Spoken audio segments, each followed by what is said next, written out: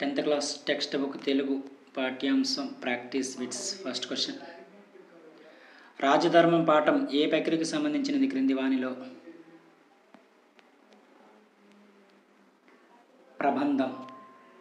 ప్రబంధం ప్రక్రియకు సంబంధించింది రాజధర్మం అనేది.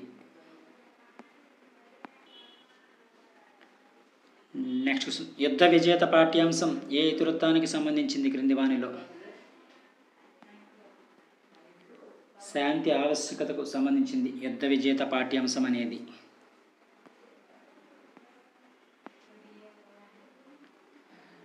Next question. బతుకు గంప పాఠ్యాంశం ఏ ఇతివృత్తానికి సంబంధించినది క్రింది వానిలో?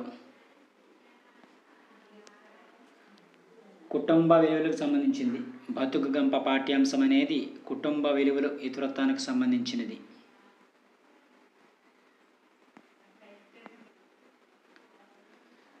Next question. తొలక రచనికులు ఎవరి యొక్క రచన క్రింది వానిలో? ఆప్షన్ ఏ మూలింటి Chandrakala, option B Vasireddy Seetadevi, option C Seela Veerraju, option D YCV Reddy. Correct answer YCV Reddy. తొలక రచనికులు ఎవరి యొక్క రచన అంటే వైసివి రెడ్డి యొక్క రచన ఇది. Next question. వెలుగు రేఖల నవల ఎవరికి సంబంధించినది క్రింది వానిలో? శీలా వీర్రాజుకి సంబంధించింది. వెలుగు రేఖల నవల అనేది శీలా వీర్రాజుకి సంబంధించినది. Next question. ప్రపంచ రంగస్థల దినోత్సవం ఏ రోజున జరుపుకుంటారు?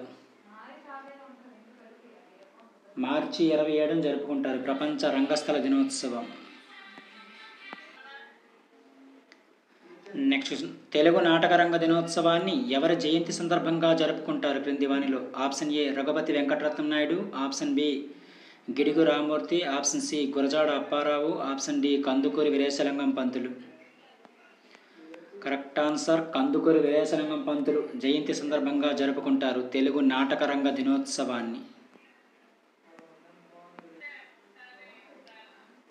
Next question. అరి అనగా అర్థం ఏమిటి క్రింది వానిలో? ఆప్షన్ ఏ విష్ణువు, ఆప్షన్ బి శత్రువు, ఆప్షన్ సి మిత్రుడు, ఆప్షన్ డి పిలుపు. కరెక్ట్ ఆన్సర్ శత్రువు. అరి అనగా శత్రువు అని అర్థం. Next question. తోయం అనగా అర్థం ఏమిటి క్రింది వానిలో? ఆప్షన్ ఏ తీరము, ఆప్షన్ బి గాలి, ఆప్షన్ సి నీరు, ఆప్షన్ డి ధైర్యం. కరెక్ట్ ఆన్సర్ నీరు. తోయము అనగా అర్థం ఏంటంటే నీరు. Next question. పెకం అనగా అర్థం ఏమిటి? నెమలని అర్థం. పెకం అనగా అర్థం ఏంటంటే నెమలని అర్థం.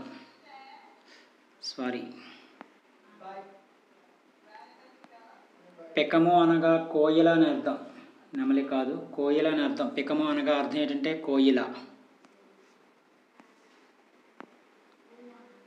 ఇవి కొన్ని ముఖ్యమైన DSC practice bits 10th class. Thank you.